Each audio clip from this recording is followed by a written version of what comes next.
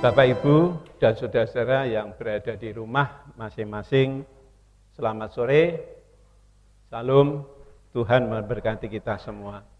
Saya percaya berita dari Bapak Ibu pasti baik-baik, sehat-sehat, karena berkat Tuhan. Kita memasuki Biston kelompok pada minggu ini, dan firman Tuhan yang akan kita renungkan dalam Biston kelompok diambil dari 1 Tesalonika pasal 5 ayat 1 sampai dengan 11. Nah, sebelum kita renungkan, kita baca dan kita renungkan bersama, mari kita berdoa. Bapa yang di surga, kesempatan ini kami akan merenungkan firman-Mu. Kiranya buka hati kami, pikiran dan pengertian kami, supaya firman Tuhan tidak sia-sia. Tapi firman-Mu akan menjadi berkat bagi kehidupan kami menghadapi dunia yang penuh dengan tantangan ini. Terima kasih Bapa, di dalam nama Tuhan Yesus Kristus kami berdoa. Amin. Firman Tuhan dari 1 Tesalonika pasal 5 ayat 1 sampai 11, demikian firman-Nya kepada kita semua. Berjaga-jaga. Tetapi tentang zaman dan masa, saudara-saudara, tidak perlu dituliskan kepadamu, karena kamu sendiri tahu benar-benar bahwa dari Tuhan datang seperti pencuri pada malam. Apabila mereka mengatakan semuanya damai dan aman, maka tiba-tiba mereka ditimpa oleh kebinasaan, seperti seorang perempuan yang hamil ditimpa oleh sakit bersalin. Mereka pasti tidak akan luput. Tetapi kamu, saudara-saudara, kamu tidak hidup di dalam kegelapan, sehingga hari Tuhan itu tiba-tiba mendatangi kamu seperti pencuri. Karena kamu semua adalah anak-anak terang dan anak-anak siang. Kita bukanlah orang-orang malam atau orang-orang kegelapan. Sebab itu baiklah jangan kita tidur seperti orang-orang lain, tetapi berjaga-jaga dan sadar. Sebab mereka yang tidur, tidur waktu malam, dan mereka yang mabuk, mabuk waktu malam. Tetapi kita yang adalah orang-orang siang, baiklah kita sadar, berbaju sirahkan iman dan kasih, dan berketopongkan pengharapan keselamatan.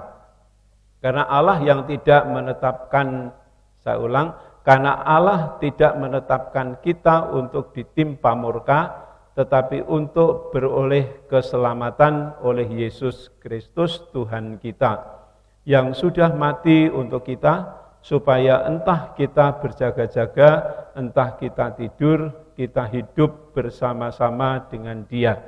Karena itu, nasihatilah seorang akan yang lain, dan saling membangunlah kamu seperti yang memang kamu lakukan.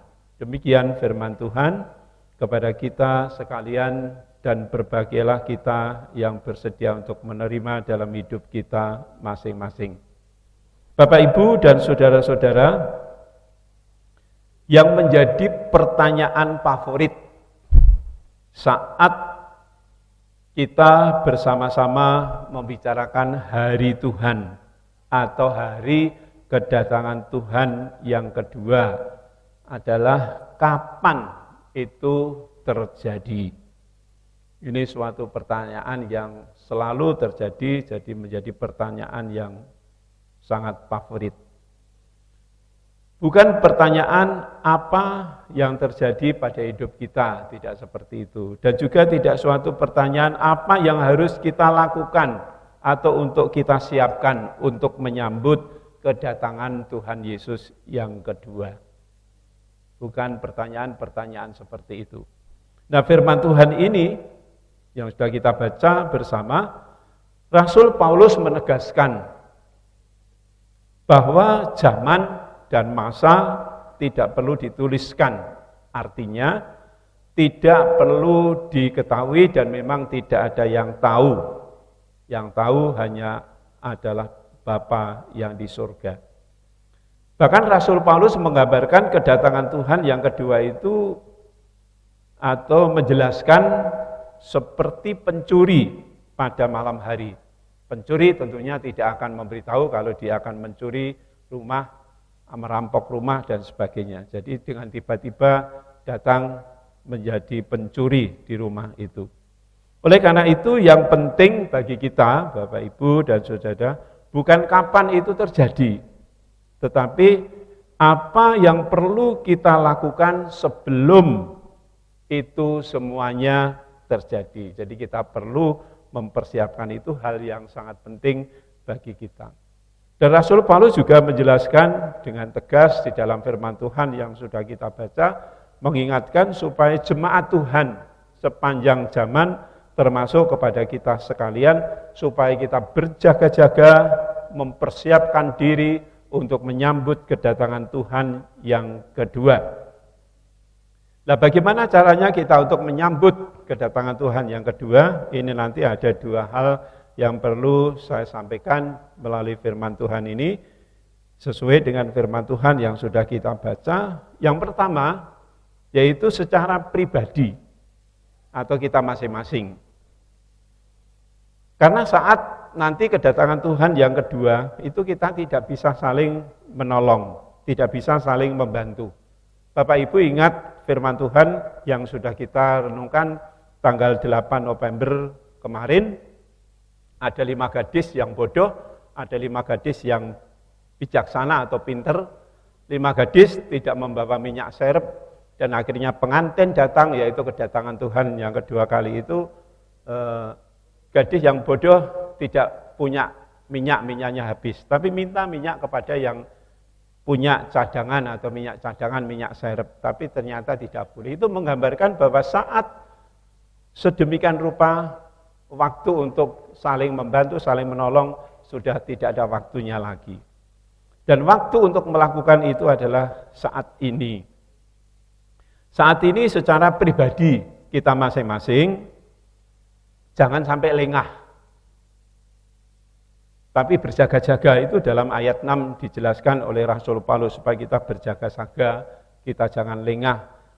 Kesiapan kita itu digambarkan oleh Rasul Paulus seperti tentara atau seperti prajurit itu di dalam ayat 8. Yaitu berbaju sirahkan. Baju sirah itu untuk namengi dodo ini ya. Yang itu kalau zaman dulu itu dibuat dari besi sehingga nanti kalau ada panah dilepaskan itu kita akan tidak bisa tersakiti. Jadi itu baju sirah. Nah, baju sirah kan kita untuk mempersiapkan diri kedatangan Tuhan yang kedua adalah iman dan kasih. Kemudian juga berketopongkan pengharapan keselamatan. Jadi kita selalu berfokus, berpengharapan kepada keselamatan di dalam Tuhan kita Yesus Kristus.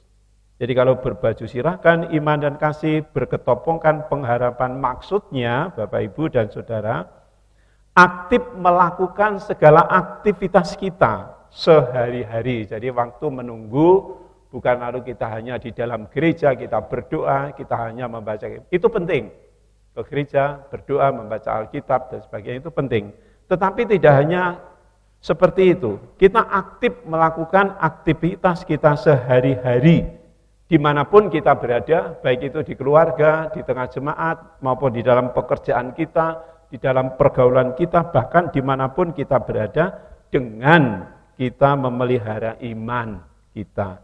Dengan melakukan kasih atau mewujudkan kasih atau hidup dalam kasih, hidup penuh dengan kasih kepada sesama kita. Walaupun dunia ini tidak ada kasih, walaupun dunia itu adanya kekerasan, ancaman, teroris dan sebagainya yang selalu meneror kepada ketenangan kita dan sebagainya. Walaupun dunia seperti itu, tetapi kita tetap melakukan kasih, hidup penuh dengan kasih, memelihara iman kita, tetap bertahan pakai berbaju sirahkan tadi itu, jadi artinya bertahan terhadap serangan panah iblis yang selalu dilontarkan, dilepaskan kepada kita, supaya kita tetap memiliki iman dan kita tetap teguh di dalam Tuhan. Dan juga artinya kita tetap berfokus pada pengharapan keselamatan kita di dalam Tuhan Yesus Kristus yang sudah menderita, sengsara, disalibkan untuk menebus dosa kita, dan dia sudah bangkit kembali, mengalahkan maut. Itulah yang menjadi pengharapan kita. Jadi kita fokus pada itu. Jadi berjaga-jaga di dalam kehidupan kita berarti kita tetap sadar untuk itu semuanya. Tetap waspada, bukan tidur, bukan pasif, tetapi kita sadar dan kita waspada. Kita sebagai anak-anak terang, anak-anak siang, bukan anak-anak malam, bukan anak-anak kegelapan. Sehingga walaupun apa yang terjadi di lingkungan kita, di kehidupan kita, yang terjadi hanya adalah misalnya saja kebencian, terjadi fitnah, terjadi kebohongan, terjadi kekerasan, terjadi kejahatan, dan lain sebagainya. Banyak hal yang terjadi di dalam kehidupan kita, tetapi kita sebagai anak-anak terang, sebagai anak-anak siang, kita tetap mewujudkan iman kita tetap memelihara iman kita tetap hidup dalam kasih dengan penuh kesadaran, kita penuh dengan kepedulian kepada sesama kita, mengasihi sesama kita seperti mengasihi diri kita sendiri, dan mengasihi Tuhan dengan sebulat-bulat hati kita. Itu yang pertama, Bapak Ibu dan Saudara. Yang kedua, itu adalah secara persekutuan. Kalau tadi secara pribadi kita masing-masing, tapi secara persekutuan ini juga harus didahului secara pribadi tadi kita wujudkan. Kalau secara pribadi tadi sudah kita wujudkan, dalam persekutuan kita dapat mewujudkan itu. Jadi secara persekutuan atau kebersamaan, kita berjemaat, kita bergereja, kita hidup bersama dengan saudara-saudara kita seiman. Di dalam ayat yang ke-11 dikatakan harus saling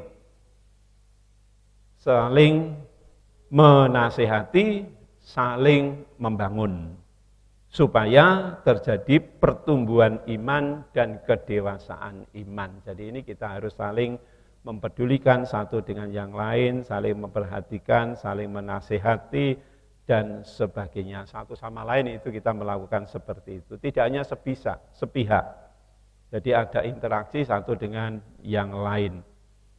Jadi di sini di dalam persekutuan, jadi tidak secara pribadi, tapi secara persekutuan kita harus saling satu dengan yang lain tadi. Jadi ada interaksi, ada komunikasi satu sama lain, saling memperhatikan, saling mengasihi, saling menolong, saling menguatkan, saling menghibur, dan sebagainya. Ini yang dikehendaki oleh Tuhan pada kita, jadi di dalam dengan persekutuan. Bagaimanapun kesusahan yang terjadi di dalam hidup kita, bagaimanapun penderitaan atau tantangan yang terjadi di dalam hidup kita, kita tetap saling menguatkan satu sama lain.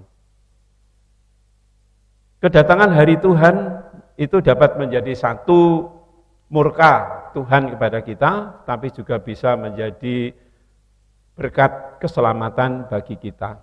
Itu tergantung bagaimana kita mempersiapkan diri untuk menyambutnya. Di dalam ayat yang ke-9 dijelaskan bahwa Tuhan sebenarnya memiliki pengharapan supaya kita mendapatkan keselamatan, karena Tuhan sudah menebus kita, Tuhan Yesus sudah menderita sengsara, disalibkan. Oleh karena itu, mari kita sebagai anak-anak terang, kita tetap bersama-sama dengan Tuhan.